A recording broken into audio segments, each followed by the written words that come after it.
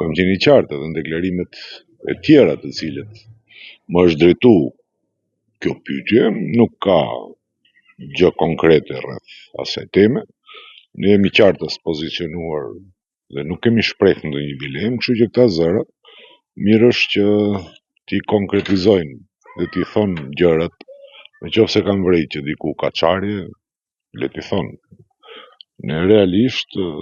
Fronti Evropian është interesuar për t'i zgjedh dilemat të cilët janë hapur brenda shtetit dhe kësaj shoqërie, ndryshimet kushtetuese dhe zhbllokimi i procesit eurointegrues të Maqedonisë së Veriut është shumë i rëndësishëm. Natyrisht që po aq i rëndësishëm është edhe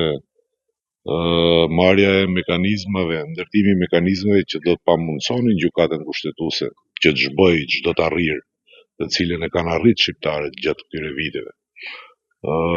Dhe tendencat e tilla janë të shumta dhe ky duhet të jetë preokupimi i çdo subjekti politik shqiptar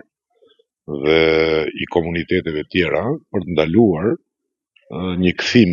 mbrapa në kohë dhe për të pamundsuar ndërtimin e një shteti monoetnik në një realitet shumë i ri.